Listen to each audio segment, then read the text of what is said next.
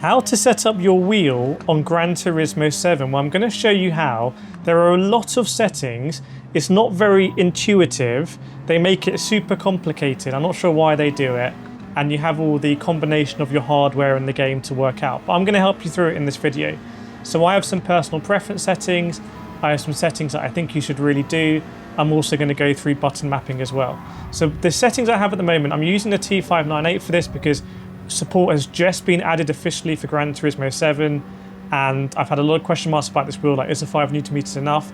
I've got some really nice settings here that bring it, I would say, pretty close to my Logitech G Pro that has True Force. This doesn't have True Force, but you can get some pretty nice effects. So first of all, the main thing is I would definitely go into this menu setting here. So go into settings, and then go into controller settings, and these two numbers at the bottom. There is so much personal preference here, and I would say it's even car dependent as well.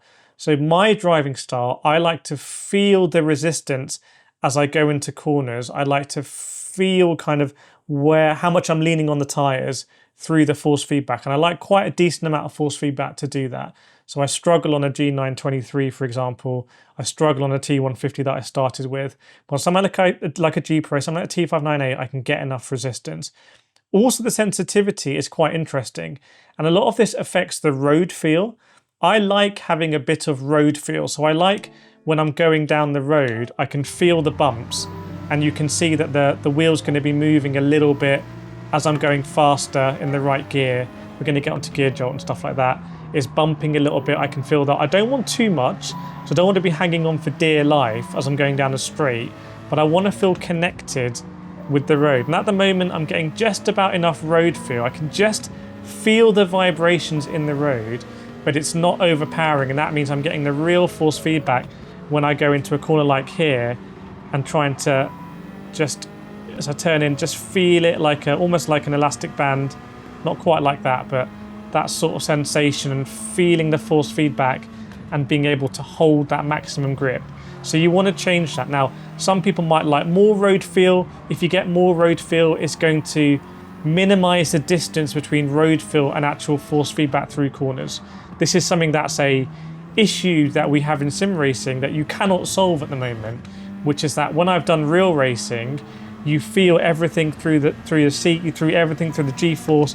But when you're sim racing, at the moment, unless you're using active pedals or these seat belts, everything comes through the wheel. So that means there's a lot of competing feelings that are coming through the wheel. I want to prioritize the sensation through a corner so I can feel how much more grip there is, but I also want to feel a little bit of the road.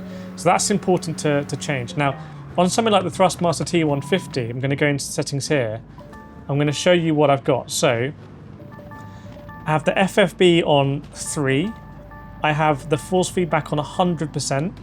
I have the mode on E, which I think is extreme. I think they might recommend you bump that down to performance for heat reasons and things like that. Like this is a little bit warm at the moment. Inertia I have on high, friction on high, boost low 0, boost high 0, speed extreme, damper 0, spring 5%, and my gear jolt I have on high and end stop on high, and that's it. Now, the gear jolt is a Thrustmaster unique feature that I quite like. It's just signifies that you've gone up the gears.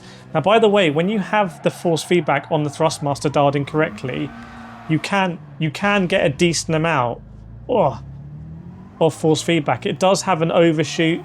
It is obviously a very big motor in this thing. Like it's a massive. So you can see here, like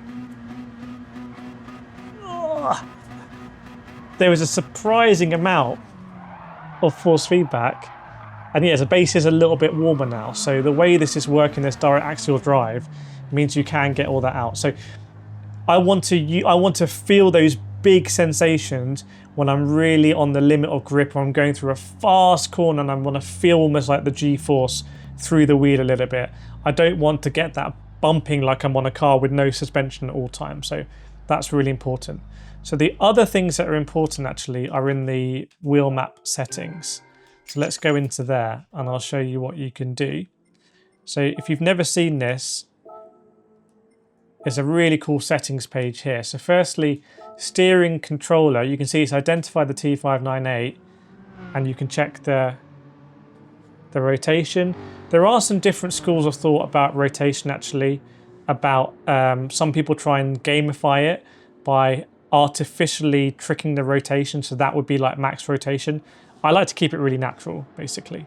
So for my style it's just natural. You can see the accelerator here and the brake here. Now something you want to be careful on, if you're just resting on the brake like that, that will be slowing you down, and you want to calibrate it basically here. So you can set a new minimum input. So let's say I'm resting on it like that, I can set a new minimum input there. But for me, it's actually okay at the moment, I believe. So we're going to come out of this menu. And now if your wheel is one of these here, and I've used, for example, the T150, I've used the T80, I used the Logitech G29, I've also used the G Pro. So where's my T598? Here's T598. So this is a new edition. So lots of different options here, lots of different options. Let me just let you know what I would do. The show and hide ghost, I don't think is so important. However, I always use a ghost for qualifying in Gran Turismo, and there may be occasions where you're like, I want to lose the ghost now, I want to try this corner by myself. So that might be one that you actually want to map. At the moment, they've mapped it to L3, which is weird because I would no way map it to L3. L3 is literally behind my wheel. Like, that one needs to be a quick one if you're going to do it. Obviously, gear shift up and down on the paddles. Look back on L2, that's a pretty common one. So I will use that on L2, that's pretty good. Change view, that one's a little bit, change view, I like to change view a lot, and the square is a little bit on the inside. So I might change that for the triangle.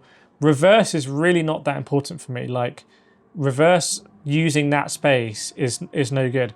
I'm already, I think, going to change the, well, I would change maybe the overtake to be there because that is such an easy button to press. Probably the easiest button. MFD I keep all the same because you have the little D-pad here. R3 for hazard lights, that's absolutely fine.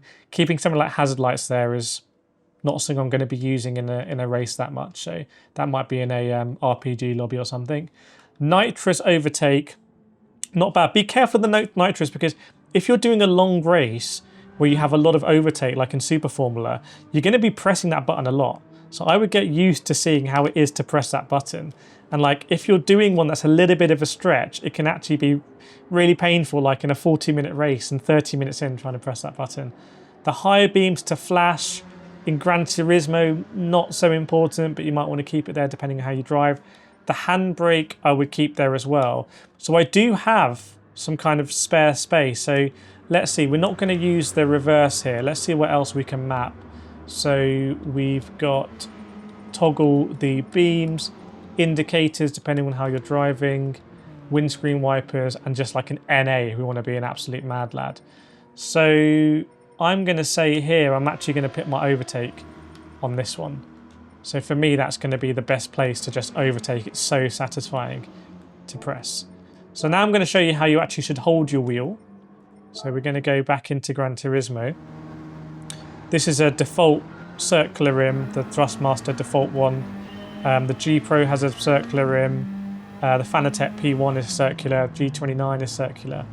So a lot of the hub systems will have a circular option.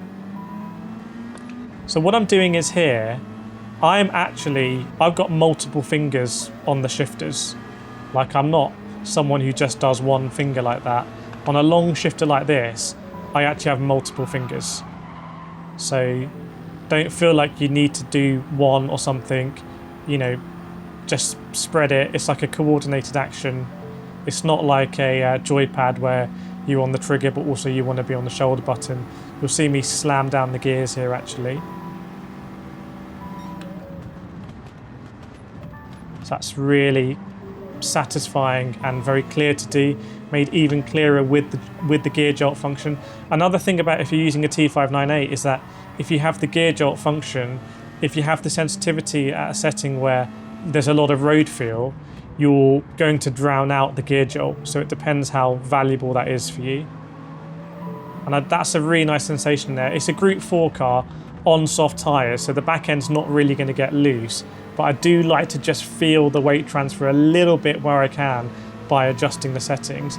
So otherwise I've got my thumbs firmly locked in to the kind of grips here, which is exactly where I would have it if I was on a GT3 wheel. So what I'm not doing is I'm not driving like this. 100%. Don't drive like this. Like, please. Don't drive like this. That's not the one. You want to have it at a 2:45 or so, they say, and that just feels so good. I'm using the right muscles.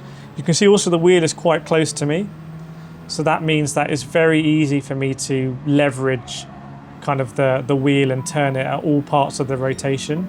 I'm not straining when I'm like in a hairpin, for example. So it's really, really, really easy. You can see here that the overtake button, it would just be so easy for me to press.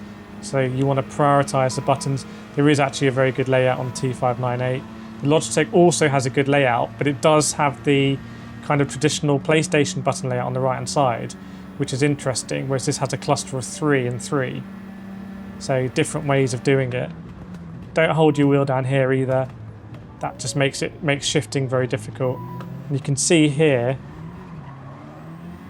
don't know if you can hear, like, Thrustmaster do have like a high frequency vibration. It's not as good as True Force.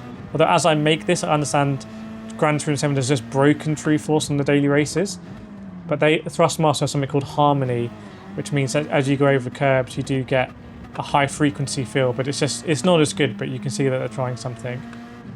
You can also see there on the ABS, I saw my ABS flickering, which probably does mean that I need to calibrate my pedal.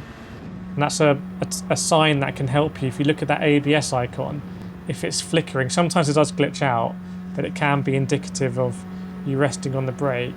And you can see here we're traveling at relatively high speed. There's a good amount of force feedback here. Way more force feedback turning than from the road feel. So I can still very subtly feel the bumps, which I feel like for me gives me an indication of speed, almost passively. And I can feel there a lack of traction. You can almost hear it as well as the T598 is badgering away. It is now definitely warm. I wouldn't say it's hot, but it's definitely warm. Like, this base gets a lot hotter. See there, loss of traction. Or not optimal traction. Again here. And I can hear it through that high pitched. It's trying to do some high pitched thing, and I can actually hear it vibrating. So here, I want to be through here, especially if I was trying to save tyres, basically up to the limit, but not hearing that high pitch, not exceeding the grip. So if I come in here quite narrow, see now, just going over. So this is the sweet spot that I really like, to be able to tell when I'm exceeding the limits of the car and the tyres, especially if I'm doing like a league race and tyres are going to be important and maybe I'm doing some different strategy. So much you can do with the wheel on Gran Turismo. It's been a long time since I made a video like this, doing it on a new wheel today. Let me know if you want to see this for Logitech or for Fanatec or for any other brand, and I will happily do it. Make sure you subscribe as well if you want to support this content and if you've enjoyed it. There's some more guides around here on the screen now, and I'll see you next time.